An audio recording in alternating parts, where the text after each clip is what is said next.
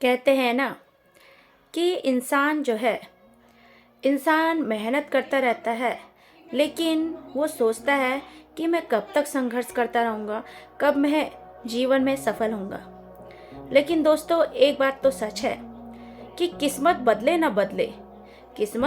ना बदले, लेकिन वक्त जरूर बदलता है।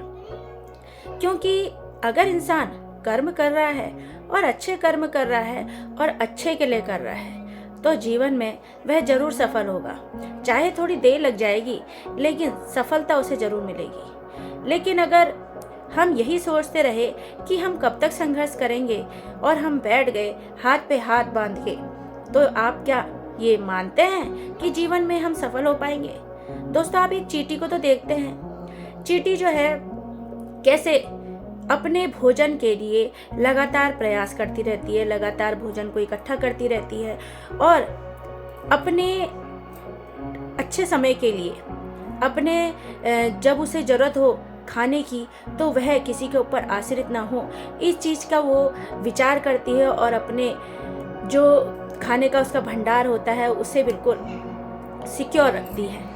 मतलब उसे खाने पीने की कोई चिंता नहीं होती। क्यों?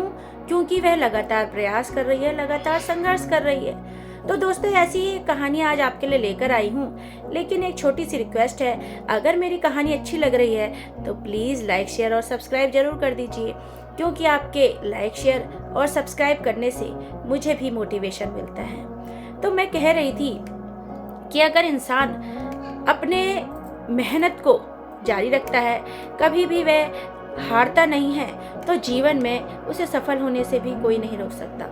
आप देखते हैं कि एक व्यक्ति जो है, एक वैज्ञानिक जो बल्ब बनाता है और बल्ब बनाने में ही वह कितनी बार असफल होता है, और जब उसका इंटरव्यू होता है तो उससे पूछा जाता है, क्या आप इतनी बार असफल हुए?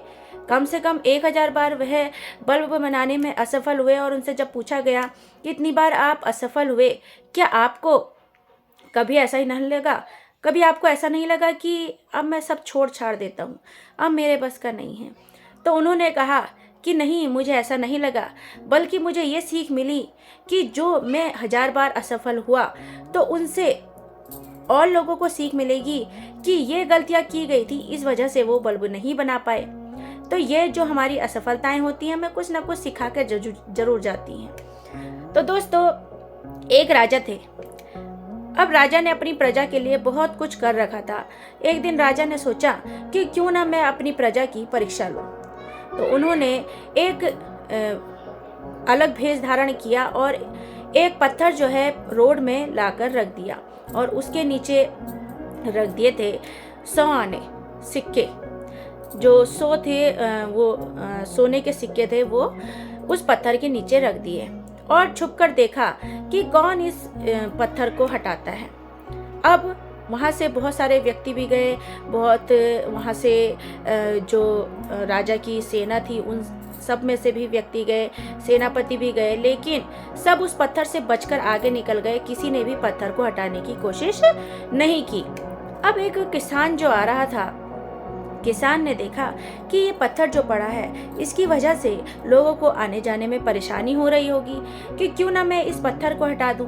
तो उस किसान ने उस पत्थर को किनारे कर दिया, और जैसे ही उस पत्थर को उस किसान ने किनारे करा, तो उसे सोने के सिक्के मिले और एक पत्र भी मिला कि जो इस पत्थर को हटाएगा उसके लिए यह इनाम है। अब ये देखकर किसान जो बहुत खुश हो गया, और उसने कहा कि ये सच बात है कि इंसान जो है, अगर किसी के लिए कुछ अच्छा करता है तो भगवान भी उसके लिए कुछ अच्छा करके ही रखता है। इसलिए दोस्तों, हमेशा अगर आप मेहनत कर रहे हैं, दूसरे के बारे में अच्छा सोच रहे हैं, तो आप भी जरूर जीवन में सफल होंगे। तो दोस्तों, मेरी कहानी कैसी लगी? अगर अच्छी लगी है तो प्लीज़ लाइक, शेयर और सब्सक्राइब जरूर कर दीजिएगा। Thank you very much.